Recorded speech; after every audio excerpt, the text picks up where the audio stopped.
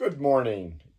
This is Sam, aka Batman, coming to you from Georgetown, Texas. It is Sunday, February 18th, and I now have exactly 3 weeks from when I leave Austin to fly to Atlanta, and 3 weeks and one day before I step off from Springer heading northbound on my 2024 AT thru hike. Really getting excited, starting to make some final decision on gear and clothing. I'm pretty much dialed in on that. I do have to prepare my resupply boxes. I'm probably going to be between 10 and 15 of them. Not only because I have an awful lot of backpacking food that I can use so I don't have to buy any, but also because of medications that I have to have shipped to me periodically. So I'm really excited. I have a couple of doctor's appointments. I've got to do my income tax. I've got some personal things to work out. Got to store my truck. But getting down there, getting excited. I know it's going to be busy for the next 3 weeks. What I wanted to do today was talk about part 2 of my food storage series. I did a video back in January that some of you may have seen on bear canisters. I'll provide a link below to the video. The video went over the different types of bear canisters, the respective costs, and the pros and cons of each one. I'm a big proponent of bear canisters. I use them when I'm out in the Sierra. I've used them in the Whites. I've used them in the Adirondacks. I was considering carrying a bear canister on this trip. Unfortunately, all of my bear canisters are in storage in California, and I don't have access to the storage facility right now. I didn't want to buy another one because I already have 6 or 7. And I didn't think I could rent one for 5 or 6 months. So I've decided to forego the bear canister and go with the bear bag method. So that's what we want to talk about today. What's involved in hanging a bear bag, both in terms of equipment, the tree, the various methods that can be used. The first thing I want to say is that at many of the established sites, meaning either designated campsites and or shelters or lean-tos, particularly in the South, you're going to find either bear cables, a bear pole, or a bear box. You tend not to find bear cables or bear poles north of the Mason-Dixon. You generally tend to find at established campsites, particularly in New England, bear boxes. I'm not a big proponent of bear boxes simply because I've found in my experience that a lot of people use them unfortunately, as trash receptacles. So if you're staying at an established campsite, you may not need to hang your bear bag because they may have either bear cables, a bear pole, or a bear box. If you do use a bear box, check for holes because that allows, holes have rusted through in some of them. It allows critters to get in, little tiny critters, and they can do as much damage on your food bag as a bear can. Cover those holes, if possible, with rocks or other debris. But let's assume you're either stealth camping in the South or you've reached a site that doesn't have a bear cables, a bear box, or a bear pole, or is so crowded that they're full up. So then what you're going to have to do is you're going to have to hang your bear bag. Let's talk first about the tree. You're going to have to find a sturdy tree. You're going to find that this is going to get more difficult once you get north of Massachusetts, once you get into Vermont, New Hampshire, and Maine, where many of the trees are pine trees, coniferous trees, conifers. But you're going to have to find a suitable tree. It's going to have to be a fairly sturdy tree. It has to have a limb, horizontal limb, projecting out from the trunk about 20 to 25 feet off the ground. That limb should not be more than 6 or 8 inches in diameter, because you don't want it so big that a bear can actually, crawl or walk out on it and retrieve your food. You need that 20 to 25 feet, because you want your bear bag eventually to be somewhere between 10 and 14 feet off the ground, with 12 probably being the ideal number. Methods. Traditionally, there have been a number of different ways to hang your bear bag. The three that first come to my mind are, first, the counterbalance method, which requires 2 trees, a longer rope, and 2 equally weighted bags. Quite honestly, I have never seen the counterbalance method used by either hikers, whether they be section hikers or weekend hikers or through hikers. I have seen it used by hikers who are going to stay in a particular site for 2 or 3 days, hunters, fishermen, climbers. So that being said, if you want to learn more about it, you can Google it online, but we're not going down that route because there is a specific method that everybody is recommending right now. The traditional method, the method most used by everybody, including myself, was you got your bear bag, you got a line, you got a bag and a rock. You attached the line to the bag. You threw the rock along with the line over the tree limb. You attached the line to your bear bag. You pulled the bag up till it was about 10 to 12 feet off the ground, 6 feet down, 4 to 6 feet down from the limb. And then you tied it off to another tree, a stump, or a rock. From what I understand, evidently bears have figured out that if you can undo that standing line, the line that's tied to the tree or the stump or the rock, it will allow the bear bag to fall, and they can get access to your goodies. So what's recommended now is what is called the PCT method. I am presuming that this was invented on the PCT, though strangely enough, there are sections of the PCT where you can't use the PCT hang. You have to have a bear canister. Primarily the Sierra and some sections north of Truckee and Donner Pass. The first thing you're going to need is a bear bag. This one happens to be made by Z-Packs. There are probably a dozen companies out there making bear bags. You can use just a regular old dry bag. This one is fairly common. You'll see this blue one on the trail a lot. What I would suggest is you put some type of self-identification marker on it, like I did. I've seen some very artistic self-identification markers, but I'm not that artistically inclined. This one actually glows in the dark, so it helps to distinguish your bag in the morning when you're going to take it down and in low light situations. It has a roll top with Velcro on the closures and a little clip here, and it's also got a loop for your carabiner.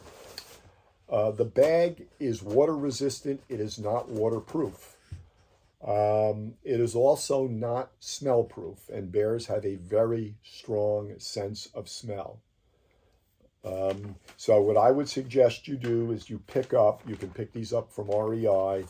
I think it's called like an odorless bag. It's sort of a heavy duty material. It's got a seal on the top.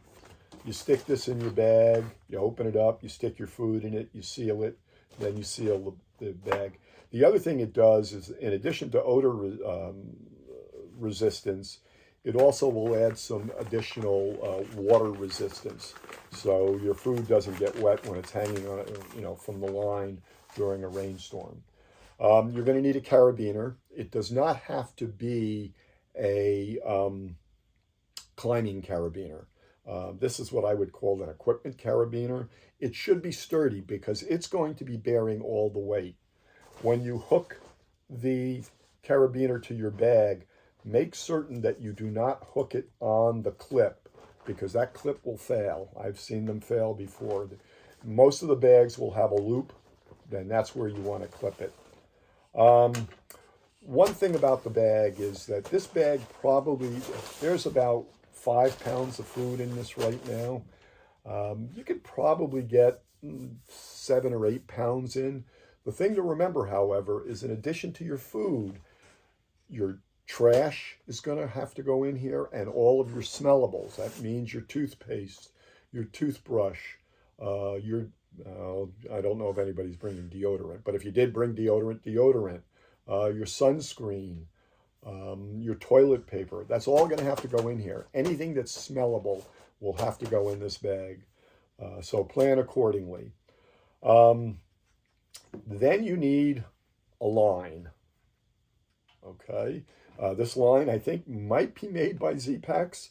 There are a number of companies who will sell you a little kit, which will include the bear bag, the rock bag, the bear bag, and the line.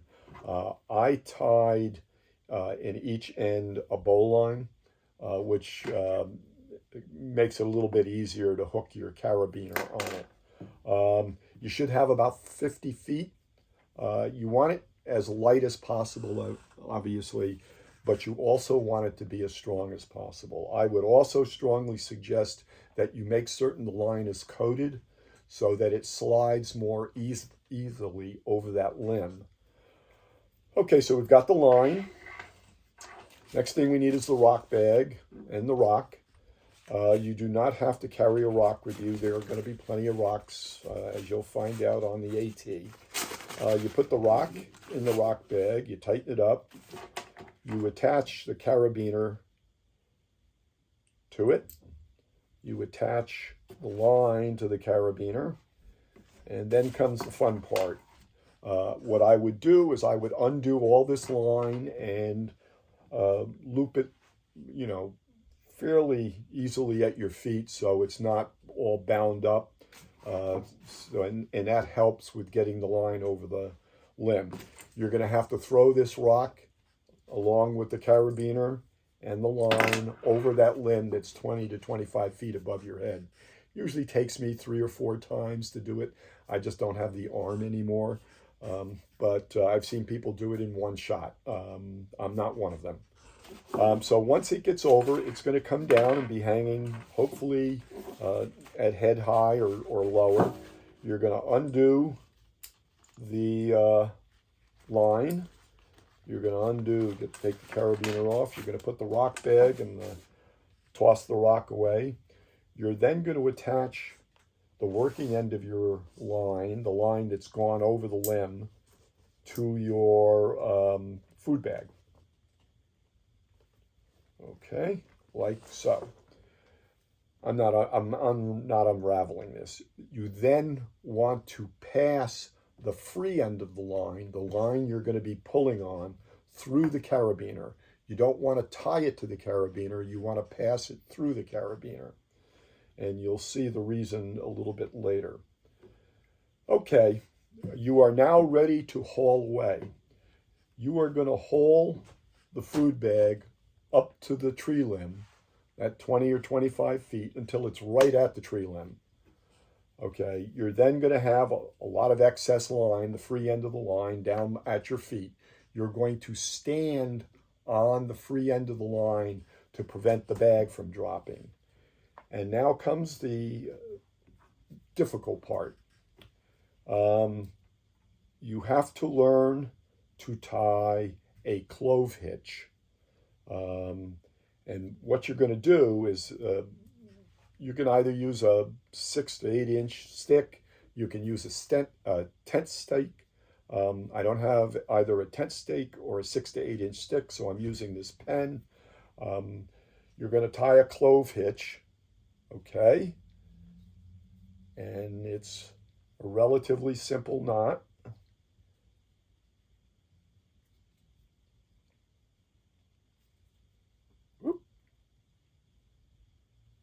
Oh, hold, that's not right. Okay. And I'll take a picture of this, but that's how it's supposed to look. You want to tie this clove hitch on this stick as high over your head as possible, because the higher over your head you tie it, okay, the further up your bag will come to rest. You are then going to let go of the free end, step off the free end. The weight of the bag is going to drop down, and it's going to drag the free end of the rope up until the stick hits the carabiner, which will cause the carabiner or the stick to stop and the bag to come to a rest. Hopefully this will all occur when the bag is 10 to 14 feet above the ground, ideally 12 feet. That's why you need a limb that's 20 to 25 feet. In addition to the, well, let's talk about how to retrieve the bag. In the morning, you're going to grab the free end, and you can just leave this lying loose. You don't have to tie it off anywheres. It just dangles down on the ground. In the morning, what you're going to do is you're going to pull on the free end. That will bring the stick down towards you. It will raise the bag up to the limb. You pull the stick out, you let the free end go, the bag comes down, and you're ready to take off. As opposed to the stick, there are a variety of doodads out there, and this one is called the PCT stick. There's one called the dog bone. This is made by Dutchware. I think it costs $6 or $7. And what you're going to do with this is you're going to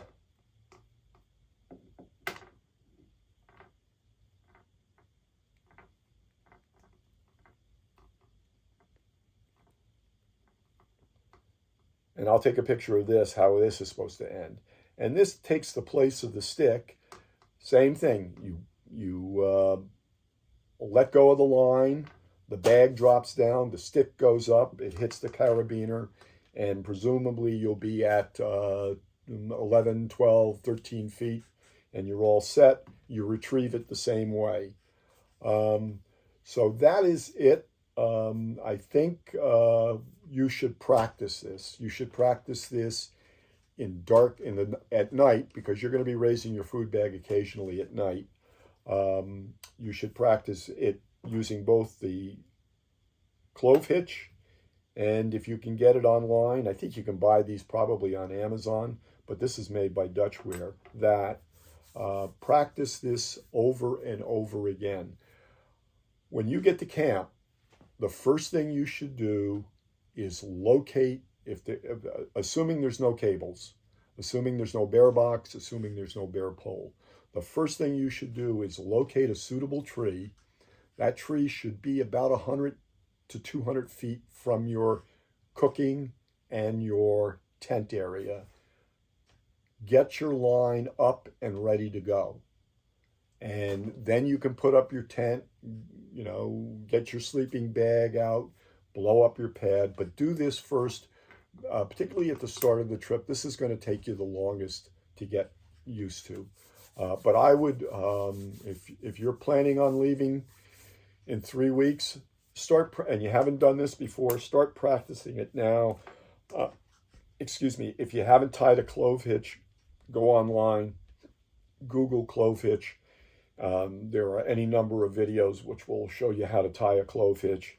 I'll take a picture of both the clove hitch, how the clove hitch should look once you get it tied on the stick, and what again, I keep on calling it a doodad, but what the PC stick looks like when it's fully implemented. Again, the end of the line that the carabiner gets attached to, the bag gets attached to, I call the working end. The end of the line that you're going to pull on and to which you're going to tie either the stick or the PCT stick, I call the free end.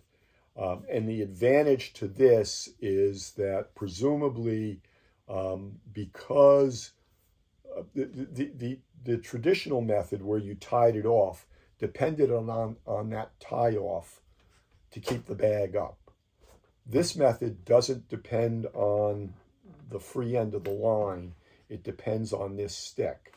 So as long as you run that line through that carabiner, that stick or PCT stick is going to hit that carabiner and stop the bag from dropping any further. Again, tie it 2-3 feet above your head if you can, but as much above your head as possible, because that determines how far down the bag drops. I think that's it. Practice. If you have any questions, drop me a line. I would appreciate it if you'd give me a thumbs up if you like this video. And I really would appreciate it if you would subscribe. Take care. Hope to see you all on the trail in 3 weeks and 1 day.